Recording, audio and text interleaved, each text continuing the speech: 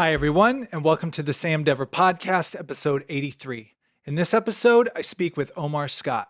Omar is the founder of Ambitious Moguls and AM Wellness. I met Omar at the gym here in Los Angeles as he was promoting his juice line, AM Wellness, and right off the bat, I had a great connection with Omar. He's very intelligent, creative, ambitious, and I just knew I had to have him on this podcast one day. And tonight we made it happen. It was a phenomenal conversation. The book of the episode is going to be The Obstacle is the Way by Ryan Holiday. Ryan's written several books. This one's a great one I read recently. It's easy to read, quick to get through, but packs a punch. I thought this was very fitting because Omar and I were talking about business, entrepreneurship, overcoming obstacles. So again, book of the episode, The Obstacle is the Way by Ryan Holiday. If you want to follow this podcast to listen, be sure to follow us on Spotify and Apple Podcasts. If you want to watch the podcast, be sure to subscribe to the YouTube channel at youtube.com/@thesamdeverpodcast. Here's my conversation with Omar. Well, Omar Scott, welcome to the Sam Dever Podcast.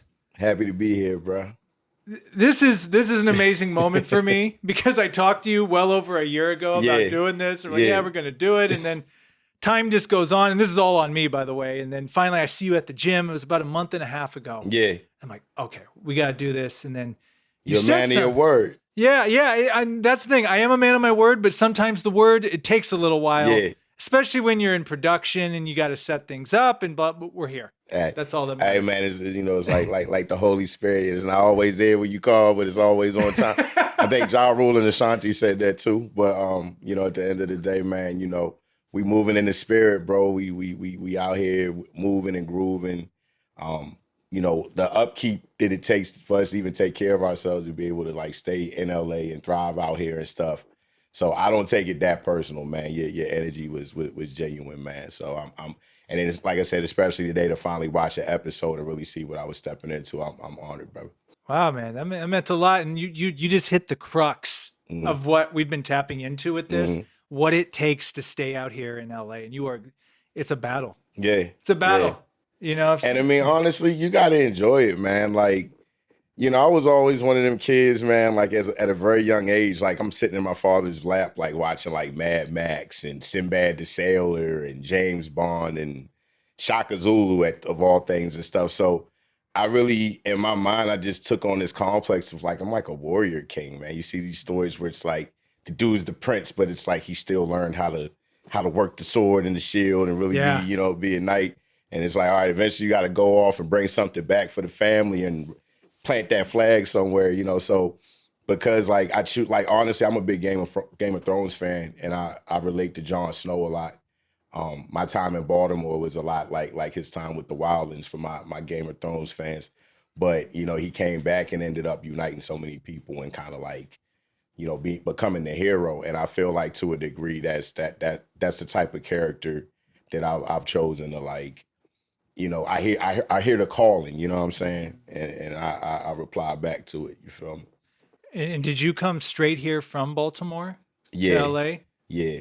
So, I mean, I'm, just to put it out there, I'm an 80s baby. I'm 40. I'm born in 1983.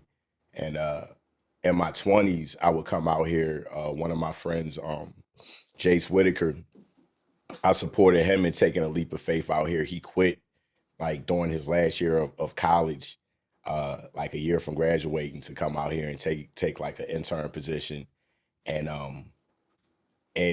supporting him and seeing that he was able to make things shake.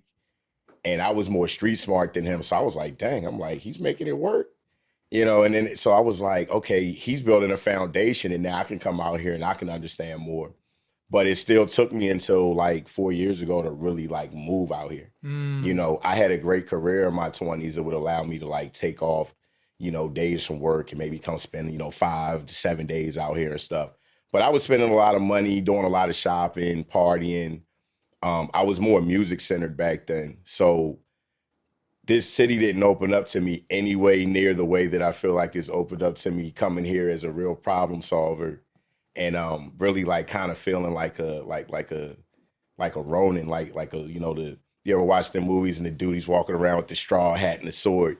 Yeah, But if he yeah. wanders into your village, like you don't even know how blessed you are. Like, you know, this dude, he can get the cat out the tree or he can come back with the dragon's head. You know what I'm saying?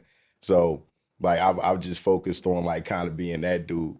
And you know, take it, you know, to even take it back to like Mad Max and all these like characters, and like they got to be by themselves, but then they also like interact with communities and become important to them. You know what I'm saying? Yeah.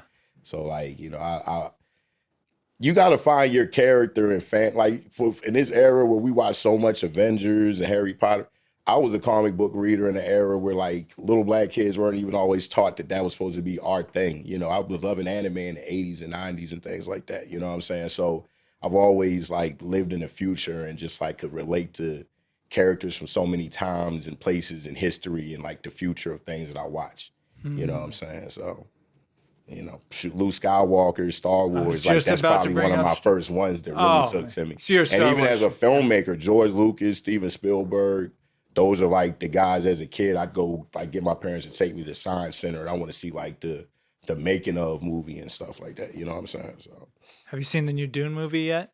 I haven't, but I do. I want to Worth get your in it. time. Yeah, I'm like, damn, they already got a Worth your part 2 time. out, man. I got to go back and watch the part 1. But shout out Zendaya. You know what I'm saying? It's amazing to see these like these new stars, just coming and just like, you know, like bringing back culture. I remember when the first Dune came out in the 80s, Yeah. and like just trying to like stay up late enough to like watch these miniseries and different things would come on TVs. You bring up a great topic that I resonate with. You know, but let's just take Star Wars. I mean, that story of, I mean, the hero's journey. Mm-hmm. You know, getting the call to action. Luke Skywalker. You know, out of nowhere, he Yeah. leaves his home Yeah, and goes and steps into his true calling and Yeah. everything along the way. And I'm with you. It's like for Yeah. us, like we live our lives. Some of us like that Mm-hmm. as well. We feel Mhm. callings to do things. And Absolutely. there's going to be roadblocks and obstacles, and I think that's why, I don't know, our culture, they love to see winners win, you know. Absolutely. I love to see winners win, man. I mean, you know, I've just always, you know, just I'm glad we live in a world where you know, heroes exist and everybody doesn't want to just, you know, go with the grain. You know what I'm saying? Like, I don't know. I just always feel like being a Black American, you know, I was raised in a family with a lot of pride and like us having to be even more sharp because we already kind of started behind the race in this country. You know what I'm saying? So, you know, to a degree, it was like once my parents realized I had a certain aptitude, like they almost were kind of like letting me know, like, yo, it's your job to lead the culture. You know what I'm saying? Not the whole entire race or anything like that, but just in general as people, and as I even get older and just get deeper into my spirituality, it ain't like it's really about like that dark energy and that light energy, the positive and the evil. You know what I'm saying? Like the yin and the yang of things and stuff, and just realizing like it's just about meeting people that just like seeing society in a certain good energy space, and you know, people that, you know, love nature and stuff. Like coming to Hollywood and coming to LA, I'm more excited about the fact when when I'm on these long road rides on the highway, I'm like, dang, but at least sometimes you get these scenic views and you come down into a dip in the valley and you see like that's the part of LA that I love the most more than anything. Like, cause actually now that I'm out here, I don't even care that much about the opportunity. Like I care about the opportunities that lie here because this is a place like for people with imagination, and your ideas can connect with people that want to help you facilitate them quicker for sure. But I'm not beating on Hollywood's door. Like I'm not waiting on like the perfect thing that's gonna blow me up. Of all things, just helping people get healthy and the health and wellness game, you know, is like I'm like, man, I could sell people something 10 times, a million times quicker than I could just get $1 million from one thing. And I'll end up making way more money, you know. So I'm in a space where it's like, hey, you want to rock with me? But if you don't, I don't need you that much. It'd be nice. You'll see me in a little bit. You know what I'm saying? It's like now I'm learning this game to where I'm figuring out what it costs to get certain people to do certain things. And I'm just like, man, we just run up to, as long as you got credit with people that want to match your energy with some money, You got a little bit of credit and stuff, could go to the bank and stuff like that. Like, you just got to know what it costs to just create ideas at a decent enough cost and stuff and produce. So as a little kid in the 90s and stuff, I started realizing I was falling in love with independent film. So as much as I'd love a Steven Spielberg budget and make some crazy science fiction, kids, movies like that, I saw when I was like 11 years old. You know what I'm saying? Like, I don't know how many black dudes are talking about Harmony Korine and stuff like that, but it's like I was watching Siskel and Ebert like most of my childhood, like would really stay up. I wanted to hear what they were saying about movies. And back in them days, you wasn't streaming nothing. You had to really like wait till you found something and it was like treasure to you and stuff. So like, I don't know, man. I could talk all day just about just where my head be with all this stuff. Bro. So far, I'm letting you know, so far, you've said so many great things that I'm trying to figure out which one to go off. You're right about LA. And I'm of the same mindset now. When I first came out here, how many years total have you been out here? I came here August 2020, so it'll be 4 years in August. Okay. Where we in March right now, so like 3.5. And you feel like now you just feel your footing and foundation. I kind of felt it for a little bit in the sense of like the kind of people I was interacting with and things I was getting done. But I do feel like the most stable. But even in comparison to like me in my 20s at times with just a good career in federal government, I feel like I had more of like the creature comforts of like the cool young bachelor and stuff. You know what I'm saying? Like there's times I date women and I tell her I'm like, I'm a land pirate. Like, you like, would you date Captain Jack Sparrow? You know what I'm saying? Like, cause like literally like I come up on treasure and so many cool things, but like I'm 40 with no kids and I take risk and I'm willing to live without certain amenities because I just don't care about certain stuff that I cared about as much when I was young. I was trying to be way more of a peacock in my 20s, you know what I'm saying? And these days it's like when I walk in a room, I want you to feel like fucking Mel Gibson and the Road Warrior just walked in here. Like, you know what I'm saying? Like, don't feel scared per se. Don't feel like you should play with him. But it's like, yo, it's something different there. Maybe I should tell him about that thing that nobody here even cared about that he might can get it done. You know what I'm saying? Like, so that's, and it's like at the end of the day, people that aren't drawn to that, like I'm totally fine with them. Like, go hang out with Prince Valiant. You know what I'm saying? His armor real shiny. He ain't been in no wars. You know what I'm saying? But, and I'm really the product of war. Like, by no means am I going to act like I went out there into the desert and shot guns and all that. Salute to all of my veterans, especially the combat vets. But I played support role to people in combat zones and stuff. Like I worked directly for the Eye in the Sky for like 13 years. Wow. So I got to see the way that like people in suits play, chess for real on a global scale. Like I really know what it is to like sit at tables with people that get like $1 billion to spend, billions to spend, and spend every single dollar and ask for more next fiscal year. Like, you know what I'm saying? So it'd be funny because I've also been in a poor city like Baltimore where there's a lack of everything everywhere. But, at the same time, sometimes it's because people are misallocating things and it's like, damn, like, it's almost like when you see these third world countries and its warlords running the country and stuff like that, So I just look at the world. I look at so much global news and like even when it comes to film, I love documentaries. Like Vice was a big reason I really started saying, damn, I'm watching interesting stories they're telling about stuff that I know like hip hop, food, things all over the world.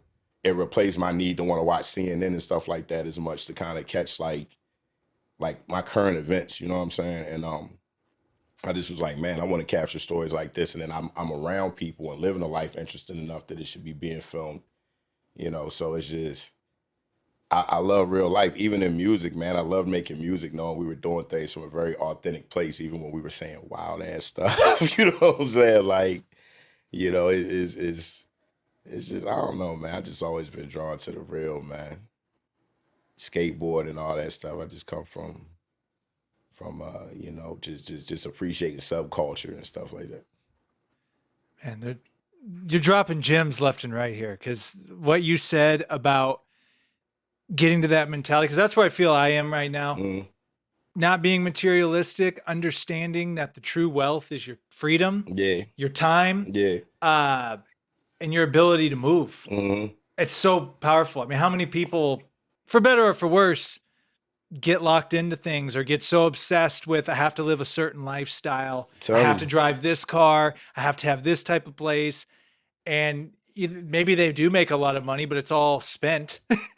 Like, give me the freedom, man. Like, give me the ability to move and do my Yeah. creative projects and, make your own decisions, Mm-hmm. And for me, the real pride in life is like when I feel like I can have as much, if not more, than what I had. I remember like being young, and my goal was just to make like 100,000 a year by the time I turned 30.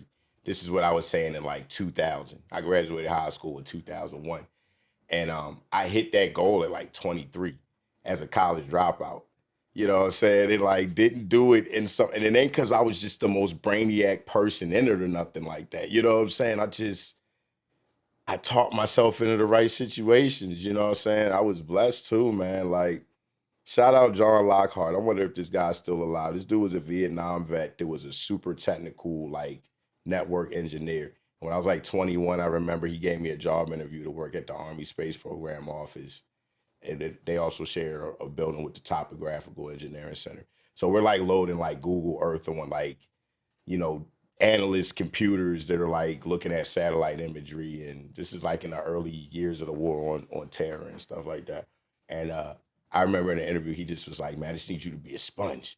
And I need you to soak everything up, and I want to be able to wring it out of you, and I want you to be able to soak up some more. Like, and he ended up being one of the people that I did not enjoy working for, like, the most out of my career. But at the same time, it's because I just didn't want to overachieve as much as he knew that I could have. He was an ass a little bit too. He's a dude to sit there and curse you out with a cigarette in the corner of his mouth. You know what I'm saying? Like, some of the characters that I really have like came up around, people that like left an impression on my life, man. Like, salute to these, man. Shout out Keith Scott. That's my father. He's a dude that taught me to appreciate thoroughbred, being thorough. Like, not necessarily hard and gangster, though it's certain things that, like, me and him, we sat and watched the Godfather trilogy together when I was like in the third grade, me and my pops, you know what I'm saying? He was like, it's how the world is ran. And I didn't understand everything, but it's just certain imagery that I just remember, and just certain honor system and code stuff that it made me pick what kind of people I gravitate towards and stuff. And I've had friends from like all walks of life. Some of them criminals, some of them never, got a speeding ticket, but it's still certain universal energy and how they love family, how they treat people, how they be moving. And I don't know, man. I don't know where I'm really going in this part of the conversation. Well, this is the gift of podcasting, because Yeah. I had no idea it was federal defense. Yeah. I had no idea that was your National Security Agency. Can you just talk a little bit about that? Because that's Yeah. fascinating. I don't know how much you can or can't talk about. Yeah, but I'm just I real curious. wasn't doing nothing. I mean, I've seen some cool things. I started in the fall of 2000 as a National Security Agency high school intern. So like back in the day, basically when I was like a preteen, my parents was like, yo, there's people in the family that have these great careers working in government because they started these careers in this high school internship program. I grew up and went to school in the counties like in between Baltimore and DC. So like if you're like Baltimore is north, you coming south, you come into Anne Arundel County, you come into PG County, you hit DC. So it's some decent school districts in Anne Arundel County, PG County, and I was blessed to like not have to just like, I didn't grow up in the inner city, though the inner city wasn't far, and we still had a lot of the inner city problems trickle into the areas I grew up in. But Fort Meade is where NSA is located at, like most of their main operations and stuff. So they basically would like recruit interns in the local school districts and stuff. So like we literally had to come to school on like a Saturday and take like this like almost like a SAT test, but then also it's asking you psychological questions and stuff. And then I scored high on that. I was actually in like a tech program at my school because we were known for like vocational stuff. So I was taking programming in like 10th grade and stuff like that. But I kind of knew, I was like, I ain't really like the mathematical programmy dude. but networking and making the stuff communicate and people be able to get on the desktop and stuff, I'm like, I think that interests me or whatnot. But basically what the government was doing with a lot of these internship programs, they were supplementing, especially in my generation. You got old secretaries retiring, and now they're able to fill in clerical work in a bunch of offices and stuff with a lot of us. Some of the real smart kids, they might like, oh, you know, you get put in office and you're doing programming or you're like in the graphics office. I was an executive assistant. So, but they put me in like a cryptology unit. So I'm a part of an organization where like 500 people are like supporting like 12 of the world's best mathematicians that are just like literally, I knew this dude named Sam Garcia, man. He's probably in the history books. This dude was blind and he knew like every mathematical algorithm known to man in his mind. Like, you know what I'm saying? I never really seen him like perform the math, but I remember the way people talked about him and stuff like that. So these dudes like in the Iraq war, the Afghanistan war, the early 2000s, these are the folks that are like using equations to come up with long strings that basically crack your encryption on your signals and stuff like that. And back then, like the Iraqis and stuff, this is back when everybody just started to get cell phones here. So they're still using like radio frequencies and stuff. So they're cracking the encryption, and we got Arabic linguists translating everything they talking about. You know what I'm saying? So at the end of the day, like the people I worked with really figured out like where Saddam was. Like when they found Saddam hiding in that hole and all that shit, like that's the product of like people I was going to work with and supporting every day. So like the executive office of that particular org, like I got to see like what them kind of people thought. Like they just felt like regular people to me. I'm like a 16 going on 17-year-old kid in 2000, starting my senior year of school, coming onto a facility past a checkpoint with the machine guns. But then my freshman year of college, I did a good job in my internship. My office picked me up like, hey, give him a part-time permanent role, give him tuition assistance. And I'm in like my first or second week of college sitting in health class, and that's when 9/11 happens. So it's like literally that, and then the largest federal contract for IT jobs in national history came to my job site like a year before 9/11. So when I say like I made six figures at like 23, it's also the factors of all these things and me having a top secret clearance. Like I had to take the polygraph and all that shit, bro. You know what I'm saying? So yeah, and then like I end my career at the CIA headquarters. Like that was my last contract. Wait, so you worked with the CIA too? Yeah. Dude. Yeah. FBI. I'm trying to wrap my head around this. So you literally were. It just was contracts to me to just fix computers at the end of the day and build networks and stuff. Like when you break it down, it makes sense. I mean, first of all, you're a really intelligent guy, so it makes sense that you could get into something like that, but then the proximity of where you live, when you're describing, like, oh yeah, well that's where it's all that, all down the street. It's all right there. Yeah. And then you get in, and then 9/11 and I get the highest clearance, and then 9/11 happened, so we're all sought after because they're almost all like vetted. You're all they're like, yo, we can train him quicker than it takes to make sure that this person can pass all of these background checks. Yeah, dude, what an incredible. Yeah. So you lived a completely different life. Yeah, and the thing is, at the time, I'm eyeballs deep in being in love with hip hop and rap music and building a production company. So I'm like using this great federal career to try to help my boys get out the gutter and stuff. You know what I'm saying? Ew. And really running around with a lot of shady energies that like, I was lucky I kept my clearance as long as I did. You know what I'm saying? Like. So how long did you do that? Like how long were you in for? I want to say it was about 12 years, like from basically right before I turned 17 to like right before I turned 30. So really like 13. So, yeah. Okay, you approach your 30s and that's where, is that where you wanted to branch out? When Barack started bringing them troops back, sequestration, they froze like trillions in government spending. I started coming to work and your coworkers might not be there. Like the third stringers on the help desk and stuff, they getting told not to come to work and stuff. And I was a guy that was really, really good at my job. Like I remember on my last contract, like I'm like #1 for closing out help desk tickets. Granted, I'm coming to work high. Like, you know what I'm saying? I'm coming to work high because I don't want to hear your stupid office banter. Let me see my trouble ticket queue and stay busy in the hallways, servicing people and closing out tickets. And then knowing that you early people that come in at 5, 6, 7 in the morning to get on my nerves are going to start leaving by like 2, 3 o'clock. Now I have the office to myself and I can sit in here and I can listen to podcasts like this. That's what I used to do. So at the end of the day, but I'm also a dude that take off whenever I really feel like it, come into work late.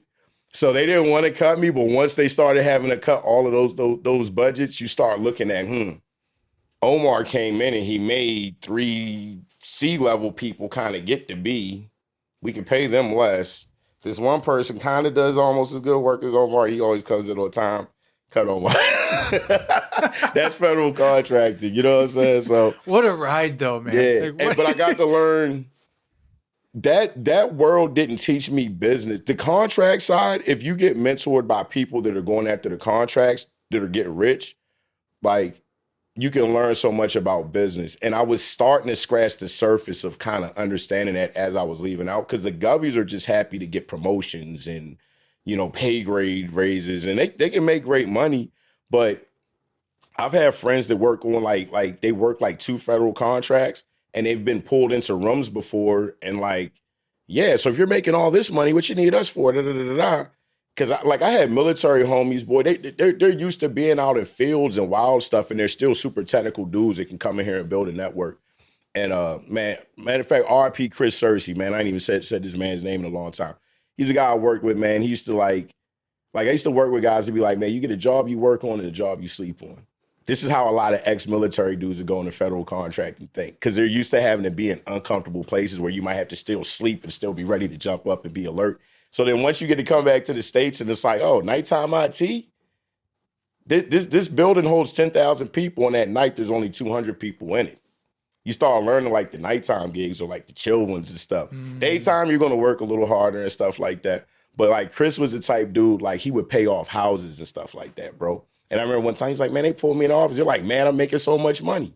Because they want you to stay stuck in the bubble and always be happy for that. Like, man, it's a mentality you start learning. Like, so then when you watch like these old movies, King Arthur, and they indoctrinate people with these ideologies and stuff like that, I learned it not from the perspective of being a military guy, but being government.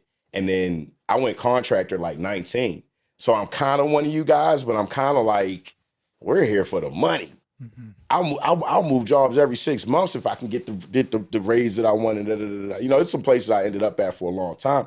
Because once I hit that, like, just like 100, like I remember seeing like 98, 99, OT and shit. I'm like, okay, that means I'm gonna make over 100 this year and shit. Once I got there, I was like, I don't care about no raise or nothing. Let me just stay on cruise control here. I stayed on that contract for like 6 years till the war started coming to it and things started changing. Then I ended up getting on that last CIA contract. But and $100,000 back then was way more than what it is now. And that's why I say I kick myself in the butt to this day. Like, I wish I could river dance and do that little kicky dance and kick myself in the ass. Because it's like, imagine if I would have thought to make juices and things like that back then. Like my ideas. Which we're gonna get to. We're gonna get to that. Yeah. And look, I've probably been talking at least 30 minutes and I ain't even talked about this. Oh, we'll get that. But they need this backstory, man. I done a lot of living, man. Yeah, because I had no idea. Well, there's one question I got for you. I mean, you don't have to get into details, but just vaguely, how much money is just floating out there for government contracts? And I mean, there's just things that you don't even know about. People are signing 10, honestly, 20, even $30 me million being in the nutritional game now, it's still ways I can interact with the government. Like, when you think about these companies like Cisco, you ever see like Cisco? These are companies that like service, the arenas and all kind of things or whatever. But like, think about like government facilities like the size of small like cities or like a huge campus. Think about a college campus with 50,000 people on it and stuff, and just you got to feed these people every day. There's cafeterias there. Like, man, I remember going to work, man, and it's like, if you didn't get to work, like if you wasn't a real early bird and you come to work like after 9, like you might spend 30 minutes just looking for a parking lot to just walk a quarter mile to the gates to get into your building. Like, you know what I'm saying? So it's just, I don't know, for me, man, it's made me understand scaling things in a different kind of way. You know what I'm saying? And when I was in it, I didn't think about it quite in the way that I do now. Now I really look at it and I'm like, damn, like, Now, like when I watch even science fiction, like a Captain Kirk, I can imagine like when that Enterprise was first built, you have to build a certain technical team to even outfit it, to facilitate it, like I be understanding what it takes to really be like the captain of a ship. You know what I'm saying? So like when I'm helping people in business and coaching, consulting, like I'm really that guy that it's like, you know, when you watch like them old pirate movies, you know, without the navigator, it don't matter how good of a captain he was, because that navigator, he reads the ocean and he knows the maps and stuff in a different kind of way because he done been a bunch of places, you know what I'm saying? So for me, like I really was in a space in my career towards me ending it where like if I wanted to kind of get more with the program, they would have been like sending me to get like my project management certifications, and like they knew that I had the ability to like, but I'm like, do I really want to have to interact with them? I'm trying to stay out of their way. I'm mad they talk about me so much because I'm number one for closing out tickets. So when I come to work late, they was looking for me early anyway. You know what I'm saying? Like, So if I'm under, so you were a contract worker the whole time?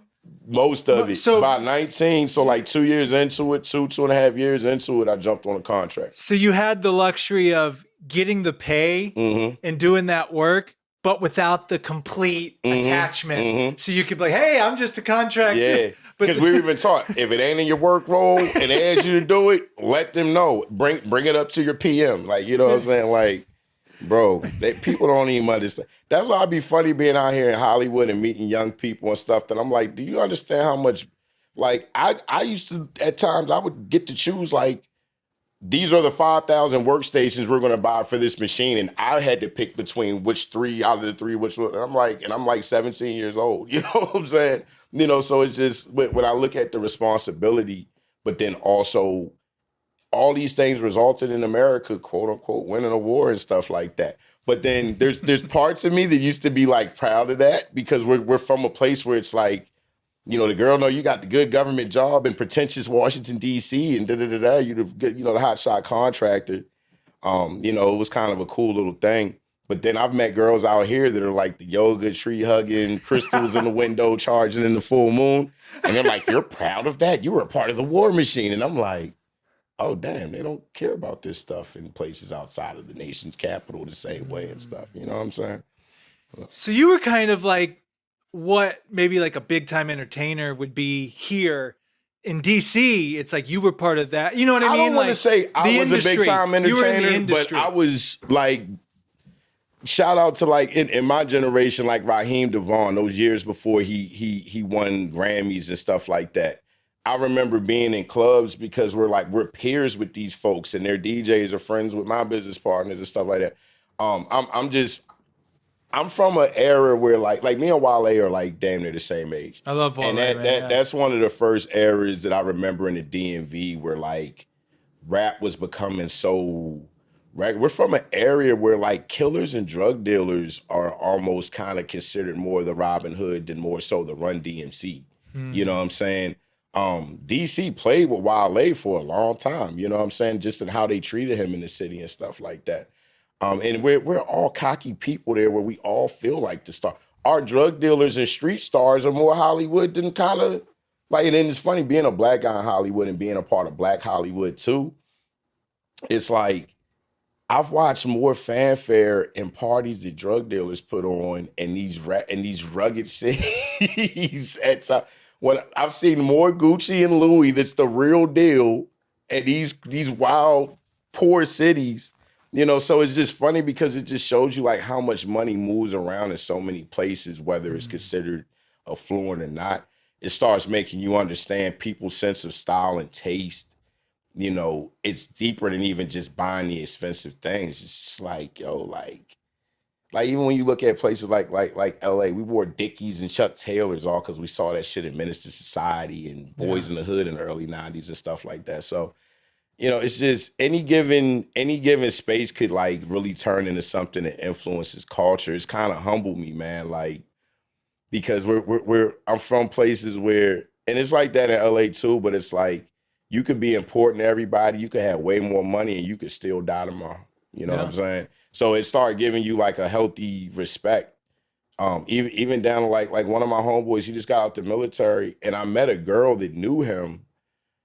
And I always thought he was like a computer dude in the military. And the whole time he's like jump out the airplane, like Call of Duty type stuff. And I like learned this from talking to a person that was like, yeah, that's my homeboy. Da, da, da, da. And I'm like, maybe that's why he drinks that hard. He got a different type of PTSD and stuff. To where like he just got out. I want him to come out here. I'm like, dude, we need to start like a security detail and like, because he's one of them dudes who come here and set up the perimeter and Right. but I like Shorty told me like, so she was like, yo, like he got reprimanded because he like wanted his dudes to jump off a bridge at like 4 a.m. and swim 6 miles to prepare for him. And I'm like, what? David Goggins. And he's type like, that's how he's a goofball to me and stuff. Like I want to pop him in the head. I'm like, yo, he's built like that. Like you never know, man. But even working in government, there's dudes that they'll be looking like you, and then you might hear him in the coffee room one day. Man, I remember that day, man, when the guy threw the grenade, and it's like, damn, like the girl, like really the one I feel like I let get away. She's a combat veteran. She pretty ass girl went in the Air Force and requested security forces and stuff. Just kicking doors, shooting shit up, all that shit. So yeah, bro, like I don't know, man. It's just since I've been young, man, dangerous people have always kind of taken to me. So maybe that means I'm a dangerous person too. But I don't commit too many violent acts. Like in my lifetime, I've been in some good fights. I've beaten up a few people that were bothering me and stuff. But I have a lot of discipline to like martial arts and different things that I was also taught to appreciate. And I ain't no black belt, but I can fight a little bit. But I know like I've seen people get hit one time and like go into a coma and things like that.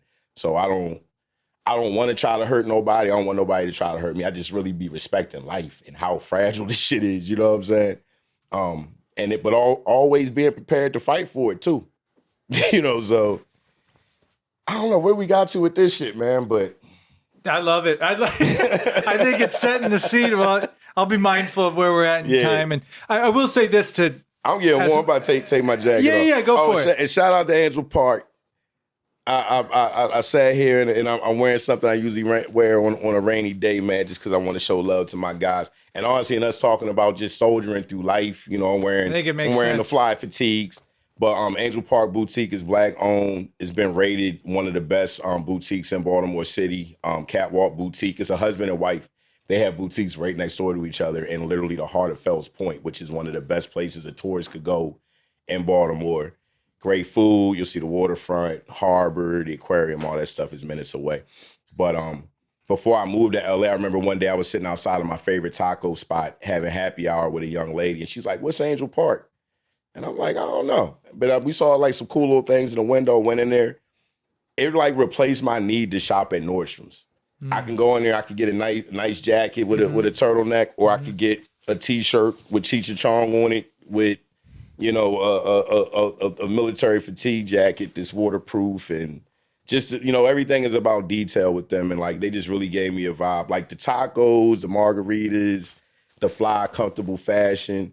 That's been my vibe since, like, I lived in San Bernardino like 1988 through like 91, 92 or something like that. My father was stationed at Norton Air Force Base. So this is like the NWA era. So Eazy-E was one of my favorite first West Coast rappers. And then it's crazy because literally a few months ago, I go to the Eazy-E street unveiling and really connect with his family and have a great relationship with one of his cousins that ran with DMX for many years as well. So it's just, I like trading war stories. I like hearing them, you know what I'm saying? I like telling them. I'm thankful to have lived a life that I'm still here to talk about it and can say that, like, when I tell a youngin' a story, like, even when I meet dudes that have lived way more hardcore lives than me, they know I've seen enough of it that they should listen to what I'm telling them. You know what I'm saying? And at the end of the day, like, I want my wisdom to just keep living on, man, and I want to keep becoming a better version of myself. I told my youngin' a few days ago, I'm like, yo, we leaders, and like, when I taught some years ago and stuff, I started realizing when you're responsible to teach people, especially when you're in a city where people are like struggling to scrape to go to school, or they even had the time to not work the second job and go to school. You got these corporations owning these schools, putting people in debt that can barely pass the programs, let alone the promise of the job that's waiting for them and stuff like that. And I just started realizing, I'm like, man, like, when you got that responsibility and you know that these people are really like holding on to hope and going into debt and stuff behind it, let alone just knowing like, yo, man, I could put my people in a better position, or I could just have them just goofing around with me and stuff. Like, and again, like I've just heard that call for a while, and the older I'm getting, I'm like, man, like I got grays in my beard and stuff like that. Like the men in the Bible, like they exhibited wisdom, you know what I'm saying? And, you know, like my spiritual energy these days is not just about like, you know, I still follow, you know, some Christian belief and things that I was raised in, but it's just about like drawing wisdom from just seeing the way that people persevered through like discomfort, you know what I'm saying? Like, you know, Moses like went crazy in the desert, saw a burning bush and stuff like they wasn't just great. It was a middle in between it all, you know what I'm saying? And like that, like anybody watching this right now, I'm talking to you about the middle. I feel like I'm real close to the light at my end of the tunnel. I've had a very blessed life, so some people may feel like I've always lived in the light at the end of the tunnel and stuff, but I know for me and just my challenges, my expectations on myself, the regrets, having that great career and then literally rebooting my life and being a whole different version of myself. And DC and Baltimore are night and day cities. You know what I'm saying? The money moves different, all kind of things. You know, like I had to humble myself. I had to be okay with myself and not want to jump off that bridge. And boy, we might need two, three parts of this. Like I said, you know, there's a good chance. Yeah, man, like there's I can see you being a frequent guest. I don't want to go off on tangents, man. Sure. This is your show, so no, I love it. And honestly, like I think it sets the stage. Did you want to take your stuff off, or you want to keep it on for now? Whatever you're comfortable with. I'm gonna put the hat back on because it's fly. Yeah. You know, I do got that fresh cut, man. Shout out K Butter, man. Y'all ever in North Hollywood, you need a fresh cut, holla at me.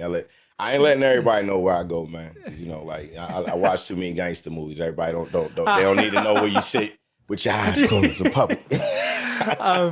So leading us to here, AM Wellness. So when I met you, you know, you and I both work out 24-hour fitness, or we've seen each other there several times.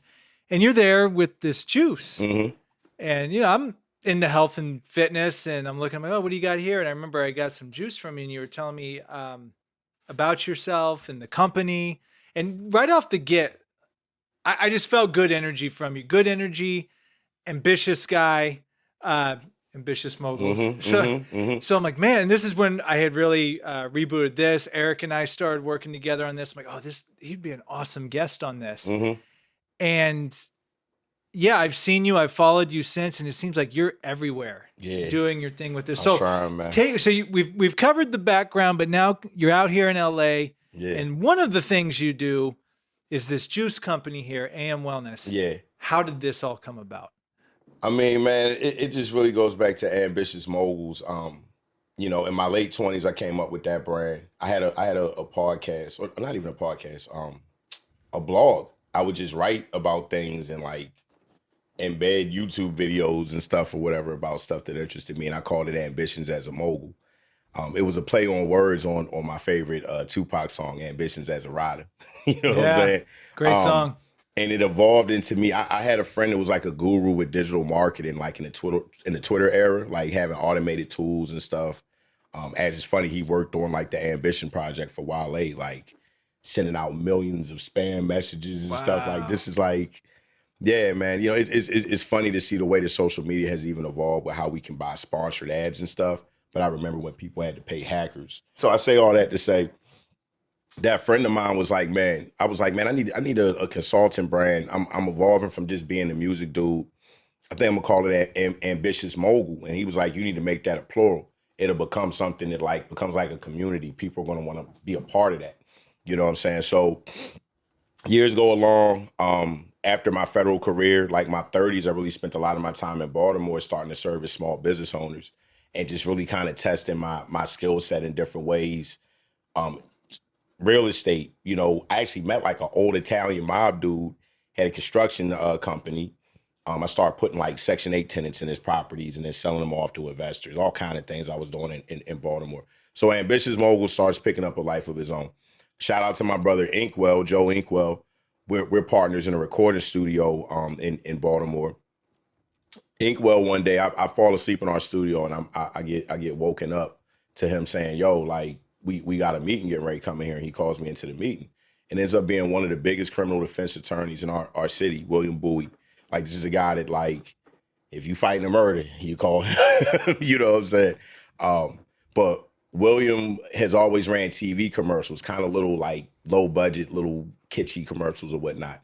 But he's like, hey, like, the way that the internet is changing, TV ads are becoming super cheap because people are streaming, and they're using Roku's and all these things now. So in these last couple of years of, like, these TV ads being effective, I want to, like, make some really, really, impactful commercials. So he came to us to write jingles.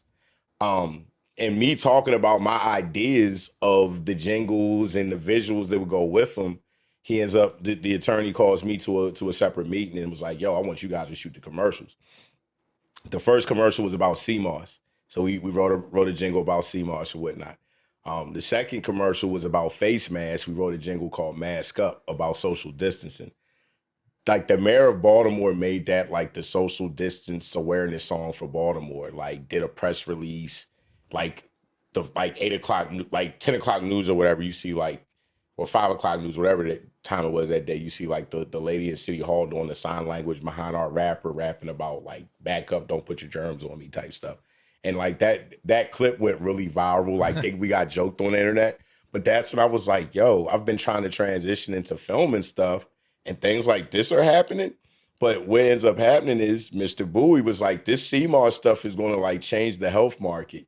This is when COVID was still, like, in China, and we're, like, kind of like, do we need to worry about this?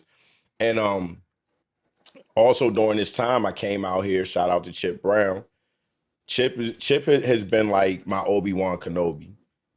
In my late 20s, I was friends with somebody that was in a relationship with Chip. Me and this guy would have hours-long conversations once or twice a year for, like, 8-9 years. And then finally, like, right in the very beginning, like, right before COVID hit, I came to LA to visit him, stayed with him for, like, a week and a half, because we had been having so much conversation. I was like, dude, make me a PA, your assistant, something. I know I'm going to just help you with your stuff, and you're going to teach me mad things. So COVID happens, changes the film industry in Hollywood to where even dudes like him that make Food Network shows and stuff like that were going through it. But a street character, a street cat that does music on the East Coast, hired me to do some film work and some brand development. He ends up flying me and one of my cameramen to LA to film him coming to meet the original Power Rule set in Compton that he claimed. There's a lot of people on the East Coast that, like, are affiliated with this particular gang that have never been to LA because street stuff becomes pop culture. So I say that to say, somebody in the circle of people that I met through doing his film work got me, like, a job working in, like, an unlicensed dispensary doing security out here. But in all this time, I'm still thinking about CMOS. California is a more health conscious place. I'm working in the dispensary, waking up in the morning, and I'm going to Winchell's to get a donut, a fresh juice to sip while I smoke my blunt. You know what I'm saying? So as I started drinking these different juices and stuff, I'm like, okay, I didn't just get the orange juice this morning or just the green juice. That dark red one, that looks like beet. Let me see what that just don't taste that bad. I Google and I start figuring out, like, what other things may be in there with the beet, looking at, like, the corporate website for Winchell's and stuff like that. So I just thought, and then also before I officially moved to LA, a friend of mine was making seamoss smoothies. And he actually had hired me to do some brand development for him. So I knew that seamoss could be made to taste good and mixed with other healthy things. So all these things were still in my mind. So once I get to LA and I'm here some months, and I start winging it, and I actually went and bought an iPhone 12 Pro Max after studying using iPhones to do professional film and using software and different things. So really what ends up happening is that iPhone leads me to shooting a documentary, like a little short film on Skid Row, with a woman who used to come into that dispensary to buy weed. And she told me that once upon a time she was homeless, she transitioned to LA. And I said, man, I'm gonna buy a phone one day to make film, and I'm gonna do a little piece on you. And I kept my word to her about that. And while we were doing that film piece, she introduces me to a little Asian woman. Her name is Alani K. I actually had a conversation with her like an hour and a half ago, telling her I was coming on this show. But Alani managed a 8,000 square foot media facility, like literally 5 minutes from here on Burbank Boulevard, and taking it back to Game of Thrones. You know, it's funny. Like I came up with this little like phrase. I was saying like kings are made in times of trouble. She was one of those people that I met with a kingdom that was in a little disarray because COVID was disrupting anybody with spaces that rent out peer space to film companies and things like that. And I was like, look, I want a reason to be using this camera to film things. I want to help people that are just in the mix of things that I know is going to put me in a position to just sharpen my blade and just get good and build a resume here in Hollywood. And she took a chance, man. She took a meeting with me, and that meeting, she was so late for the meeting because Alani sometimes can be terrible with time because she keeps up with a lot of things. But she basically meshed her meeting with me with a meeting with somebody that was really close friends with Tupac. So it immediately created this wave of like within like my first 90 days of being around this little Asian woman, meeting people that were like close friends and confidants to like my favorite rappers and stuff, from the West Coast and my teams and stuff, man. Like I've got to meet like so many like Death Row era folks, Exhibit in his camp. They were some of the first people to actually support the juice. Like I actually sponsored like a napalm, like cannabis release event, and shout out to Edie Amin from Tupac and the Outlaws. Alani actually partnered with a guy named Fatel that has a show called After Party radio show. But they created Frenzy Broadcasting, and one of the shows that we actually picked up and started producing was the Outlaw Show with Edie Amin. So to be around people that the folks that are coming on their shows and they're allowing me to place my juice on the shows and people are drinking my stuff. Me and Edie actually made a flavor together. I have it in a shot form in a 16 ounce, but we call this Immortality for the Outlaw Immortals. And that's what Tupac called the group, you know what I'm saying? But Edie is in better shape now than when they were in their 20s, you know what I'm saying?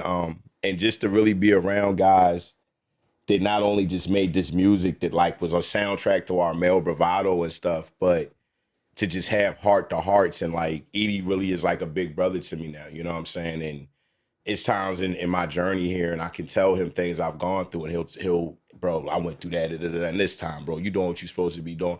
So it's like some days where I'll be riding down the street and I just damn near want to like shed a single tear, you know what I'm saying? Because I'm just like, I'm just like, I got a lot of gratitude, bro, you know what I'm saying? So this juice at the end of the day, how I got into this, like I said, was really helping somebody else draw attention to their brand, and we successfully did that.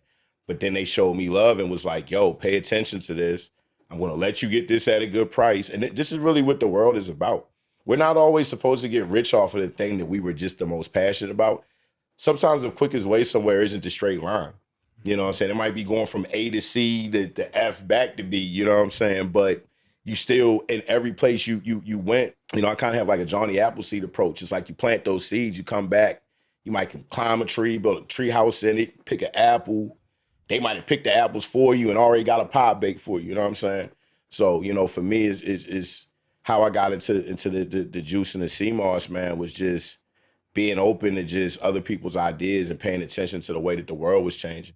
Like when everybody started getting sick, health and wellness became a way bigger topic. You know what I'm saying? So, and the blessing in all of this is now I've met people that really mass produce beverages that are mentoring me, and we're in the process of scaling this like in a dramatic way this year. Like this thing is going to really create some generational wealth, create a lot of jobs, a lot of other business opportunities for other people, and I feel like I always could see me doing food-based stuff.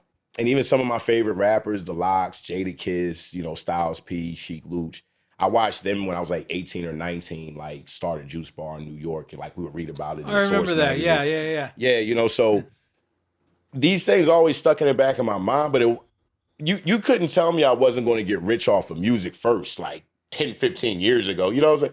Like, so it's just funny to get older and be like, damn, like the thing that actually is like really becoming like the brightest light and the potential of me to really retire myself and change my family's life and stuff is like me even using my product, I'm adding to my shelf life. I feel like selling people things that come from a real place that really improve them. I feel like my karma is, you know what I'm saying? It's just, bro, like it just feel good to be me right now. And there's times that I couldn't say that. And I might have had more money and more things and stuff, bro. So like that's why I just know I'm like, damn, like I came to the city of Los Angeles, man, and I got closer to God for real. You know what I'm saying? Mm. Like, yeah. So I encourage anybody is wherever you journey, and especially if you journey here, like just know yourself spiritually, man. Try to get into that space and just like when I was young, there's times I used to like I would talk to my mother and I would almost be upset I wasn't a millionaire yet. Like I was mad at myself for not having that magical idea yet, or like for things happening as quick as what I felt like my grind and my cool factor deserved and stuff like that. And you know, she was telling like you need to learn how to be content. And she wasn't telling me to be complacent, but it's like in this part of where I'm at in it, it's like you know, I savor every little part of it, the good little part, every little J I get to smoke every day. Like, you know, I'm like, this a vacation in itself. Mhm. I might not be sitting on the clear bottom boat in the Maldives or something yet, but like realistically, like I built this chapter in my life without really having anybody else's blueprint too much. I didn't lean on Uncle Sam's, you know, the titty of the government, you know what I'm saying? Like, so, and then like even right now, bro, I haven't even used credit or anything in a few years. So I'm kind of coming back into living like a regular, real citizen and a real businessman. And at times I'm ashamed to say that like in moving so fast these last few years, I've done a lot of sales, I've done a lot of amazing things. People pat me on the back for. This is a real S corporation and stuff now, but it's still so many loose ends that I'm tying up right now. But I just know this cleanup in my life is a cleanup that keeps me clean forever and allows me to show other people how to do it. You know, shout out to Gary Vaynerchuk. You know, like I feel like the next year or so is going to be that part of the story where it's like, dang, he really did that, and he's sharing the wealth. He ain't even trying to hoard all of the information and stuff. Like, I want to be that guy, man. That guy's a cool dude. Well, and you mentioned the middle, Yeah, um, and that seems to be a common theme on here too. We've realized.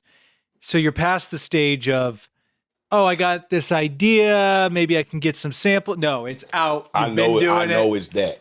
but yet, there's also you haven't been doing it for 10, 15 years, and Mm. it's everywhere. And so you're in this middle stage.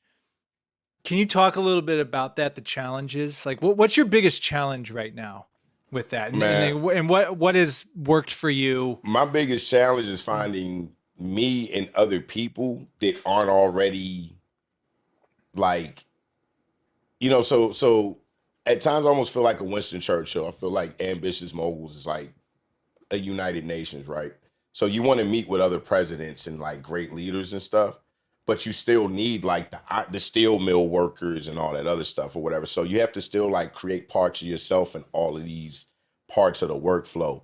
And sometimes the people that have the time are going to be the young people that don't have the experience, or people that have experience, but maybe they're not winning the way that they want to for a reason because they be doing little crazy stuff or whatever. It's so many things you deal with. So trying to create myself and other people, like I like to think like I'm like a type A personality, but it's like everybody you meet, even if they because people like us, sometimes they'll get excited in being around us and they'll kind of get elevated by the energy.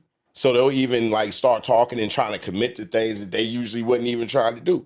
You know what I'm saying? So, and I think all of us to a degree, that's kind of a human thing. Like, oh man, we could do this together. Da, da, da. And LA is full of that. And it's part of what moves ideas forward, but we got to be so mindful too, which another challenge too is like the constant networking that don't turn into no working.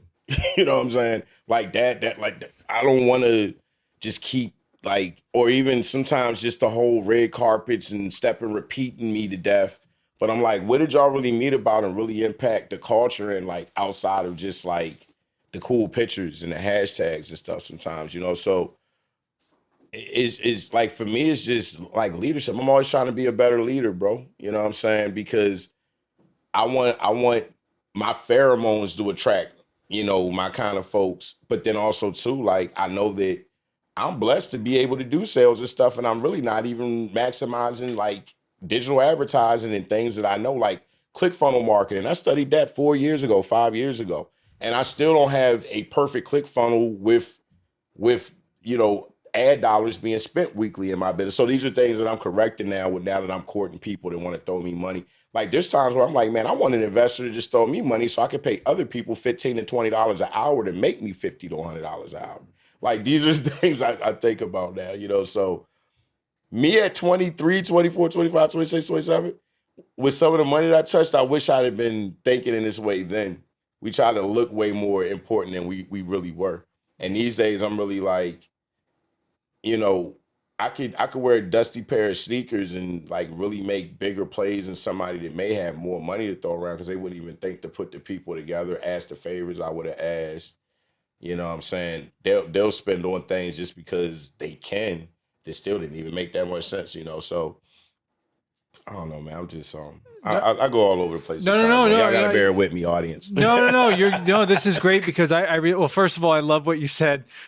The networking without the work. And that's it is a fine line out here. Like the networking out here is incredible, but you just can't spend all your time going out to events, exchanging social media info, and then nothing ever happens. So I want to go to events because somebody's asked me to sponsor it, sell at it, right. A combination of both. You know what I'm saying? Yeah. And then what you said, because I relate in my own way too. It is a gift when you do. I guess the word I would use, you get trimmed down to the bare minimum resources, but it causes your mind to open up more and you get smarter. The alchemy. Yeah, you get smarter. You learn how to work with less. So now when more money comes, oh, well, okay, now that I got this, I'm fine wearing the same clothes I've been wearing for the past whatever. I got a little gas in the tank. We're good. I can take this money over here and do this and this. Whereas if you were to have that all at the beginning, you're just going to be, spoiled, I'm speaking man. for myself, you're just going to piss it away on and not utilize it correctly. Real So it's the journey, part of the journey, I think is the gift of like making it happen with the bare minimum sometimes. Yeah. And that's really what Baltimore taught me, man. Like I had a winter where actually I moved into this apartment in the summer. It was like a super ghetto little, like I had a homeboy, he kind of was a little slumlord and he would take like these multi units and split them into apartments. And I owed like Baltimore Gas and Electric like a bunch of money that I just didn't want to pay or whatever to cut the electric on. But I realized that the gas was working. So I'm like, oh, I have hot water. I'm bougie. As long as I put some soap and some water on me every day.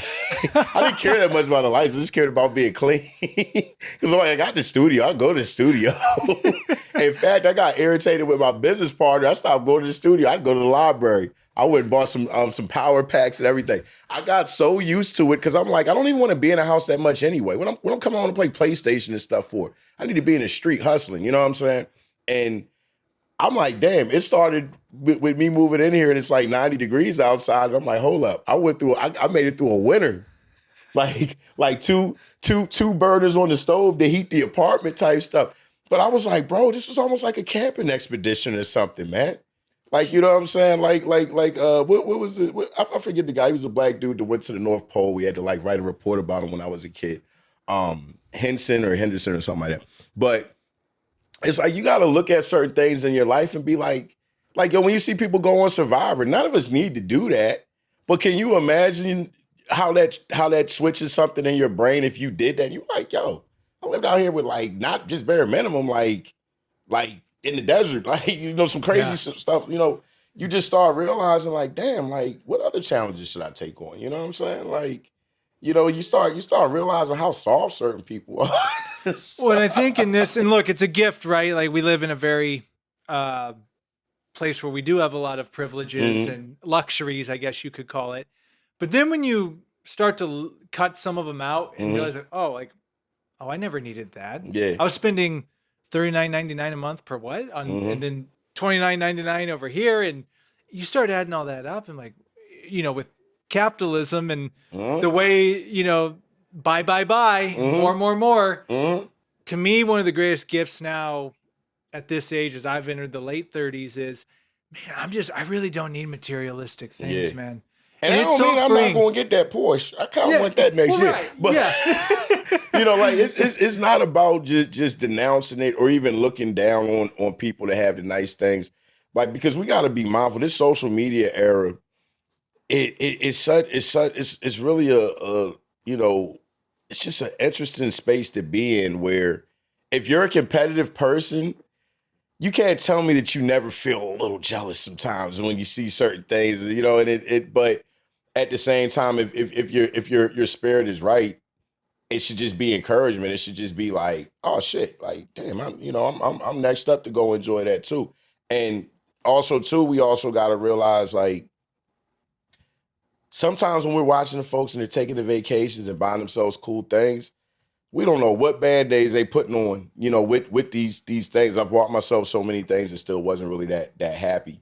And and now even certain material things, like the idea of having a Porsche doesn't just mean as much to me as like, yo, I want to take that thing to the track and burn it to, I want to burn it up. Like I want to be an enthusiast about it. I want to indulge in it. Like I love fishing. Like I want to spend my days. I want to spend so much time on the boat that I don't get seasick no more. And I got seasick the last time I went fishing. You know what I'm saying? So I'm not going enough. But I just say that to just say, like, for me or whatever, I'm just in a space where you know, I know that every time I make a post, I could be inspiring somebody. I'm very deliberate in my social media and stuff and using it to stir up business and knowing that, like, this is affecting my public perception. And I do try to give people real authentic parts of my life, even though I may, tailor a nicely written thing with it. I try not to even make that deep. You know what I'm saying? Like, I was an honors English dude, man. So like, words is my thing. We could, even with a girl or whatever, recently I had to tell her, I'm like, I could say things so poetic and eloquent just to wrap you all up. And part of me is just going to be colorful in my language with you, but I'm still going to be so real with you about what this is. Like, I still need you to be like, actually, am I wearing? Actually, I forgot I put it on my assistant earlier when I was working out. But I have this chain that I wear, and it's a tarot card. And I'm not super into all of the tarot stuff, but it's like a guy standing like with a foot on the ground and a foot in the stream, and it represents like being rooted in like the reality, but like also like being in the spirit. You know what I'm saying? And I went off on another tangent, guys, but I just know at the end of the day, I go off on these tangents because it's like I'm here and I'm still in the future right now. You know what I'm saying? Like in us talking about these damn things, I'm like inspiring myself in the next series of things I want to do and stuff. So for me, it's like I feel like I have a little ADHD and stuff anyway, and it's kind of my superpower. I'm a multitasker. You know what I'm saying? I can just, it's just certain things that I do that I'm just like, damn, everybody doesn't do it quite this way and keep up with these things. And I used to, like, honestly, when I really got into the habit of smoking weed, it was kind of a bragging right. Like, I'm high and I did more than you. What's your excuse? Like, you know what I'm saying? Like, as I'm saying, I'm competitive. Like, I come from playing sports and different things and stuff. Like, we like to, well, I run circles around you, boy. You know what I'm saying? Like, so, yeah, bruh. But in this game of life, and as a little kid, like, we played them games, Monopoly, the game of life. Like, my parents were trying to make us understand finance. My pops used to talk to me about the have and have nots at a very young age. Like, bro, when you get older, you give me books about the Illuminati when I'm in the 6th grade and stuff. You know what I'm saying? Like, really, and I wasn't soaking it all up and getting it all. I'm not trying to tell you I wish I'd have paid a little bit more attention. You feel me? But at the same time, I could have listened to more people and been better financially, but I wouldn't have learned how to ride these rocky waves in so many different places that we're now. I'm just like, oh, I'll ride through the Bermuda Triangle. I ain't worried about that. You know what I'm saying? But Moby Dick was there. We eating them. Who want to buy some blubber? Don't y'all make funny. Lipstick out this stuff? It's funny because I was talking with Eric before you came over, and we were talking about getting that. When you're in like your early mid-20s, you're unstoppable. Yeah. You're like, I can do anything. And then you get into your 30s and you get older and life starts hitting you in the face. And you see these little younger, cooler people coming up. These young people started getting money. They touch money differently than we touched in our 20s too. Because of TikTok and because of social media. That's been a theme on here. But I recently, through this podcast, I've gotten some of that fire back. Mm-hmm. It took effort. You really had, kind of like Peter Pan. I talk about him Like often. with the Robin Williams version where Mm-hmm. he's an adult and they have to remind him, do you remember what it's like? Yeah. And he starts to float a little Yeah, bit. yeah. I've gotten that back, and I look back, I'm like, man, if I just would have done this financially back and what, but at the end of the day, what I've learned is what I've learned. But now we're in a position now we're smarter. Mm-hmm. And I think we're humble enough to be nice to other people. Correct. Because there's something, bro, like I could be a drill sergeant. It's people I be having to apologize to sometimes because I'm like, I was a little more heavy-handed with you than I had to be. You know what I'm saying? But I can observe that and I can take myself out of myself so we can still like, you understand where I was at and the stresses I was dealing with. And that's why I said in being a better leader, bro, stress management and stuff like that. Do they teach this stuff in college when you go to school? I didn't finish school, let alone like know how they teach some of the subjects I even got into 20 years ago. But it's such a spiritual energy to business and things. It's just certain stuff you wouldn't get it unless you're lucky to have a mentor that you kind of trust in and y'all relate and you really kind of like, you can live vicariously through like people's stories and things like that. You know what I'm saying? And, for me, I'm just, like, there's certain people that I'm like, yo, if I would have did everything right, you never would have met me. Like, I wouldn't be here right now. I'd have been sitting somewhere playing golf somewhere or something like that. But who's to say? But, the Bible says it's easier for a camel to make it through the eye of a needle than a rich man to make it to heaven. You know what I'm saying? So that's why I say, like, I'm relating to, like, what I really be thinking of, like the dudes in the Bible, when Moses parted them seas, to me, like, the sea is information. You know what I'm saying? And especially, I got to keep bringing it back to being a black man in America, a place where they didn't want us to read. You know what I'm saying? So it's like when I help my people cut through knowledge and they feel like the man is on their back, that's Pharaoh. You know what I'm saying? So it's like, it's about getting this all the way through, not getting stuck in the middle when the waves come back. Like, you got to get to the other side. You know what I'm saying? But also, too, like, even holding on to certain Christian belief, like, the world is never going to be a perfect place. You know what I'm saying? There's always going to be war. There's always going to be disarray. This is the devil's playground. You know what I'm saying? So to be aware of it and to do the things that ain't always the easiest thing to do, or to do the more honorable things and stuff. Like, it should be fun to you. It should be like the guy that plays Xbox to get every achievement. I just want to see the story most of the time when I play the video game. There's another dude, he wants 100% completion. You know what I'm saying? My 100% completion is just doing stand-up stuff. Like, years ago I said I wanted to come to LA and turn into Sammy Davis Jr. Just want to be like that charming, fun dude. Sammy at times in his era, at times they felt like he didn't stand and talk about certain political things and stuff for the black culture, stuff that he could have. But he's still championing his ways. But more than anything, it's like the energy of men like him, to me, that's what diplomacy should be. Like, we should all want to be those folks that are kind of easy to approach. And even if the whole world knows you, like, when I look at, like, dudes like, Bono from U2 and different folks, like, I don't know him like that, but it's like, I just remember at times being like, yo, this dude's wearing like all black and a leather jacket with some sunglasses and talking about a cars or whatever and stuff, when he could have just been talking about like hitting some groupies or something. Like, you know what I'm saying? I like that. You know what I'm saying? I like the dude. He's about it. He didn't have to do that, but he did, and it say a lot about his. Because to me, man, like, what you do when you didn't really have to do it is like, that really just say the most about just, your character and shit to just certain things. You know what I'm saying? I could have just been on here just talking about juice the whole thing, man. I just hope whoever is watching this, I mean, of course I want them to want to support me and do some business with me, but mainly, man, I just want people to be inspired, man, and just go and put some good energy out there and just do the stuff that make us feel like kids and stuff, man. And, and find somebody to mentor.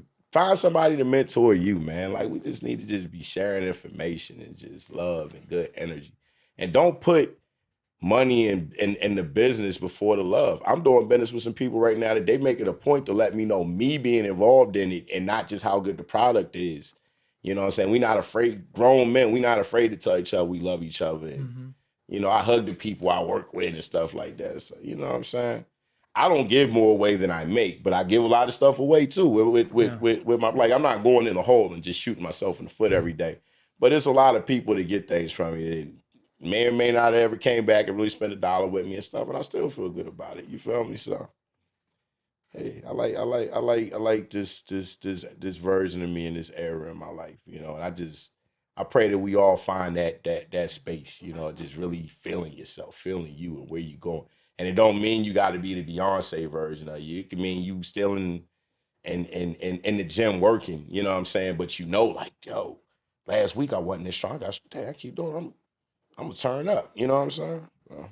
When I feel your product is a reflection of you, because Mhm. your product represents the highest Flavor, form man. of I health love and flavor. fitness. I love Flavor, it's creative. Yeah. And I did want to get into some of the details. So everything have seamoss in it?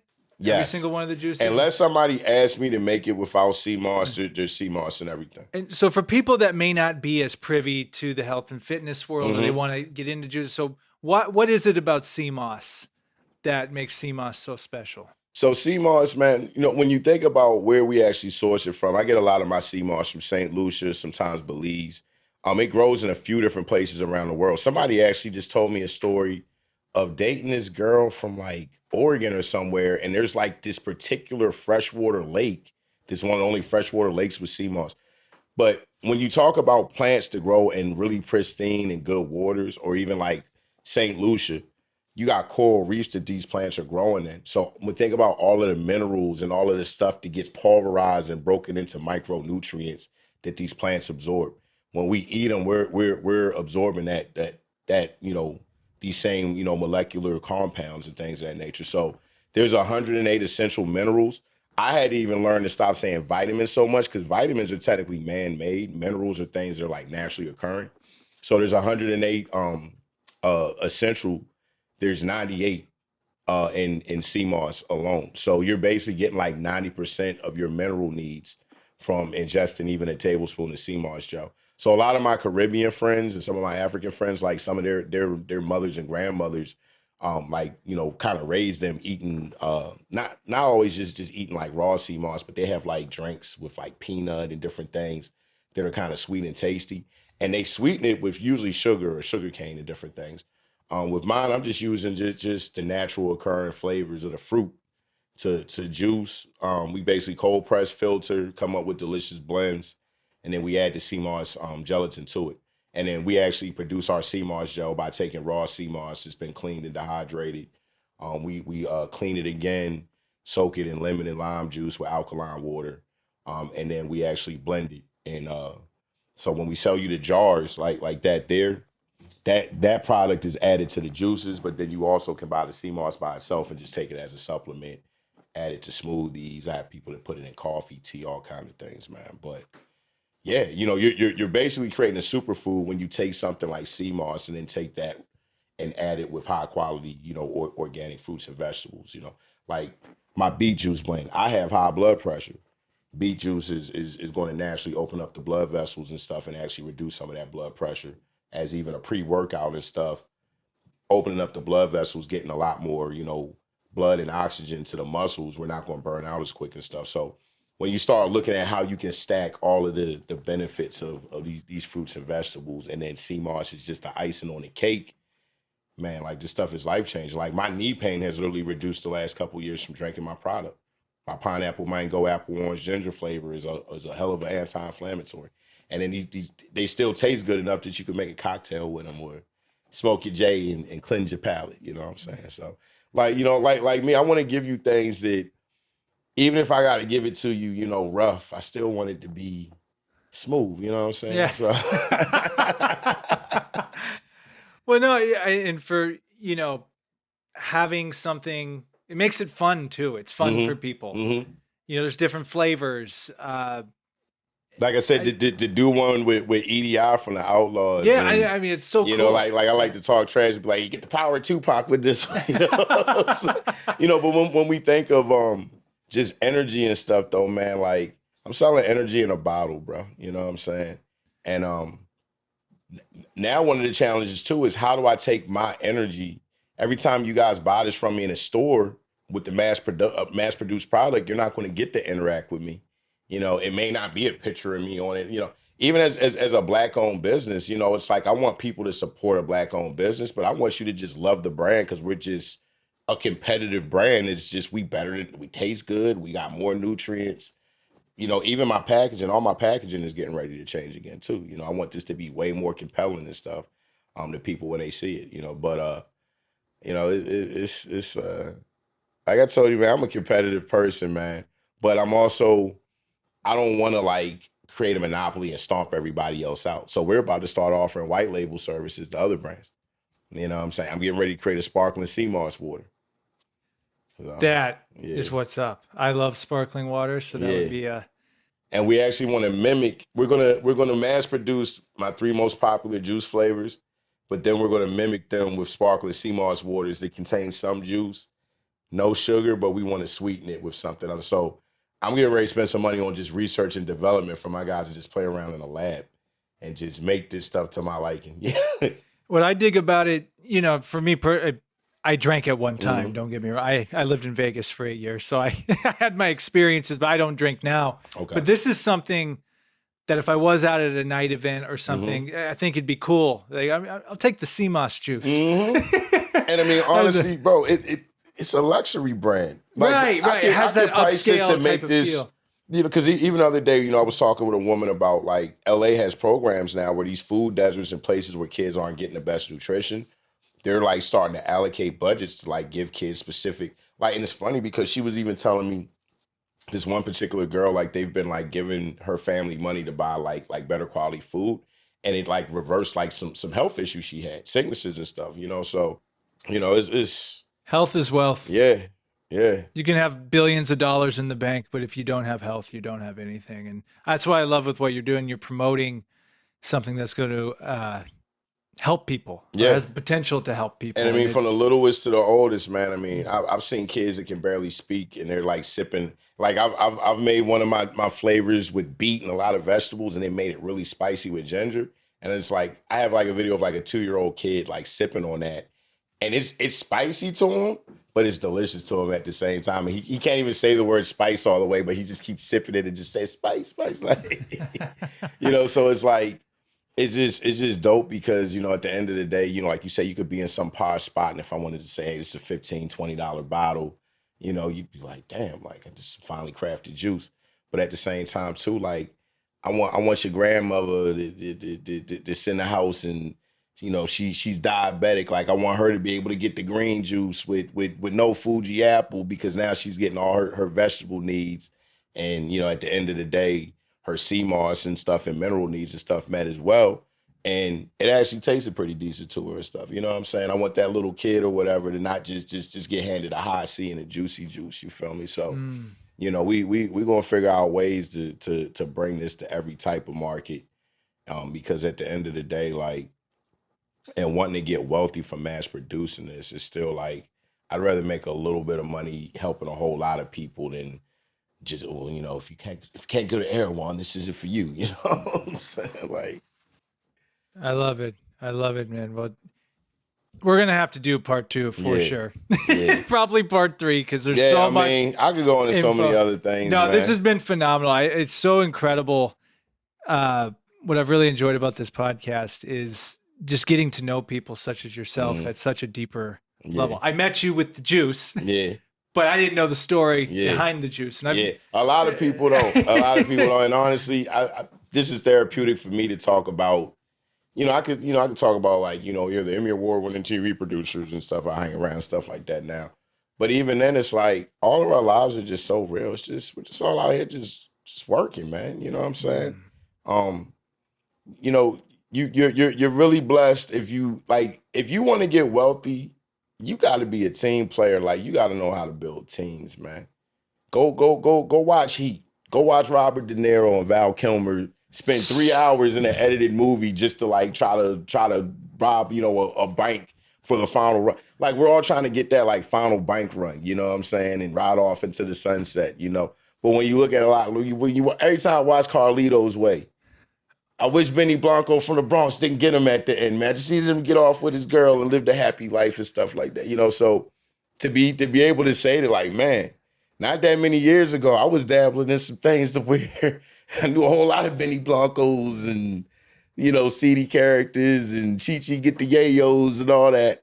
And now I'm sitting here selling something and it's just like, I could walk into a dangerous place and they might be like, man, that's the juice man, and give me safe passage, you know what I'm saying? Not that I even go out of my way to really be around too much, anything that's gonna put me in harm's way, but I just feel like Johnny Appleseed, man. You know what I'm saying? Like may we all walk, with the energy of like Jesus. And this isn't about talking about your religion. I love my Muslims. Shout out everybody that observe Ramadan. Everybody. I love people that just love God and spirituality and people and stuff. But it's like, when we read about the stories of Jesus and just the energy of how he walked into places and, just affected people and stuff, man. Like I pray to be more like him every day. And not because I'm just trying to save souls and get people to go to church. I just want to be a good person to put good energy out there and just, man, just be an example of just love and perseverance and a good example of my family, man. Shout out to Matthew, shout out to Scott's. You know what I'm saying? Like my family is deep, man. I take pride in being who I am and not trying to shame my mother and them. To this day, I still what my mother think about me to a degree. Like I've learned not to care so much about what all the elders think because I got to push differently in my era. But my family name means something to me, man, and I'm proud to be a Scott. I'm Omar Scott. Also O from the 410, you know what I'm saying, who's evolved into O the Mogul these days. And then some of y'all may have even met me under my creative alias, Ron Sonatine, which if you know my love of Japanese culture, Ron was just a shortened version of the word Ronin. You know what I'm saying? I've been a mercenary. My time in government, a lot of that time was being a mercenary. We fight for the coin, not the king. You know what I'm saying? So, Sonatine, that's a word that means like a very important decision that you make, like when you're mastering something. So, and Ron Sonatine is going to make an appearance again. I'm thinking about making music again and like relaunching my clothing. Like I'm finding my youth again and being out here, man. So, And yeah, I love everything you just said. And one thing I have to say really quick that you said at the beginning, LA is a place you can come to and everyone's supportive of whatever you want to do. No one judges it. And that's one thing for me, I've realized the Hollywood thing and trying to quote unquote make it. It's like when you get out here and be like, I just need to be around people like you. People like you where I tell you about my idea, like, oh yeah, you could do this, and you tell me about what you're doing. Whereas another, not saying you can't do that in other places, but here it's just, you're just surrounded by it. And I mean, you got your haters and stuff too. Like, don't get it twisted. Like just because you come to Hollywood, everybody isn't just like, it's not just paved with gold and everybody's going to just get in like this natural groove with you. But you'll find your tribe out here, bro.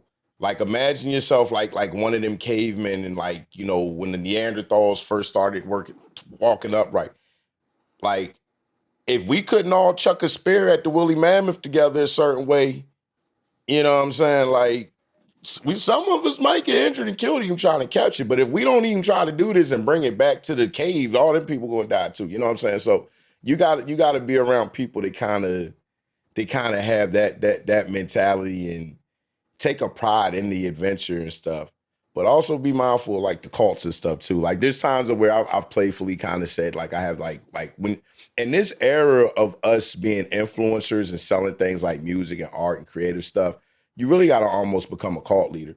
You know what I'm saying? But with saying that, it's so much power and influence in people's minds, man. You can lead them to destruction like lemons. They'll run off of the cliff with you, or you could make them ascend. You know what I'm saying? So, I just pray like even in this era where it's so easy for us to look tough and cool and women to be, sexy as hell and draw attention. Like I've met girls out here that did porn that are like, yo, I don't want to just influence the world to think about. And I love and respect that energy where we're not all just supposed to walk around being perfect. Like we go in and out of being these different parts of ourselves.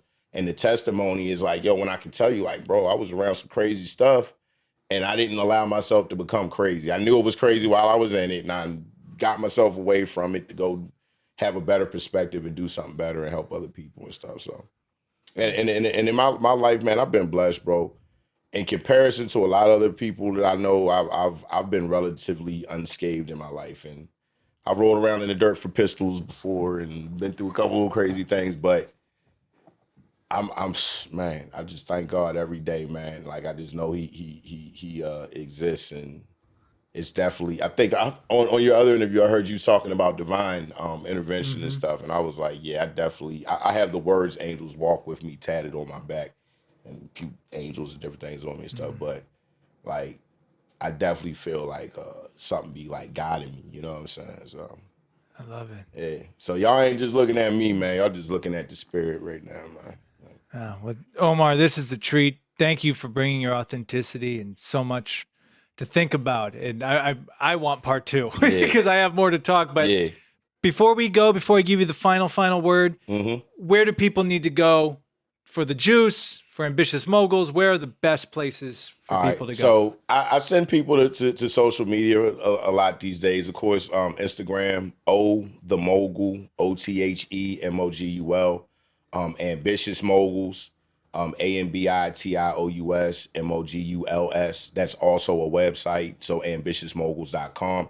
That's the place where they'll really be able to kind of get a little bit of everything I've done and see some of my film. I also encourage y'all to look at my YouTube channel, Risk Takers Anonymous. If you go to ambitiousmoguls.com, most of the videos you see, like there's a video at the very top of that website. You could go straight to the YouTube channel. And then if you want to order juice directly, amwellness.shop. But like I said, y'all can hit me directly, man. I'm taking it back to the old school, like Mike Jones, 213-462-9012. You know, like the quickest way to just ask me a question, figure out what's going on, really figure out, or even really to get your orders to you even quicker sometimes. Sometimes I don't even want the website in the middle of everything and stuff. Y'all can hit me. But in another month or two, this business is going to scale dramatically. There's going to be a lot more buffers and people in between me. But I tell people, man, take advantage of the fact that I'm still really easy to access. Sometimes I think people should bug me more for what I have to offer. Like people come and tell me about stuff after the fact that I could have helped them do the right way off bucks. So I encourage people, man, if you need help with putting your ideas together, brand development, business development, and it's not just me. I have so many amazing people I have access to that sometimes I'm not even using their advice for myself. I'll put it to use for you quicker than I use for myself sometimes. But I'm really living in being, the example that I want everybody else to follow, man. So I just encourage y'all to keep following me, keep praying for me, supporting me. You're going to see me go through a lot of dramatic growth, man, and we're going to change a lot of lives in the process. So I'm happy to be here, man. I'm happy somebody even want to hear me tell my story, man. Let me know I'm doing the right things. Shout out to my mama, Terry Scott, Q Scott, my little sister, Allegra, man. That was beautiful. And final word always goes to the guest. Any last thing you want to say? Man, just family, love, man. If you come from a good one, honor it. If you didn't, be the one to break the generational curses. I want to give a really big shout out to my grandfather, Preston Matthews, aka Pop. He passed away when I was like 21. He was a farmer. I learned how to raise pigs with this man, grow fruits and vegetables with him. So it's funny that I would circle back around to fruits and vegetables, making me money and changing my life and being able to, like, I know I'm going to do something super impactful with my family, man. But, for me, a lot of the projects comes from the family, the people that have loved me all these years, man. So spread love, man. Love each other. You know what I'm saying? Stop. Everybody stop being so hard. Stop being so hard on each other. And let's collaborate. Let's be great together. Love it. Omar, thank you so much for coming on. Can't wait to see what happens next, man. Love you, brother. Love you too, man. Appreciate you, man.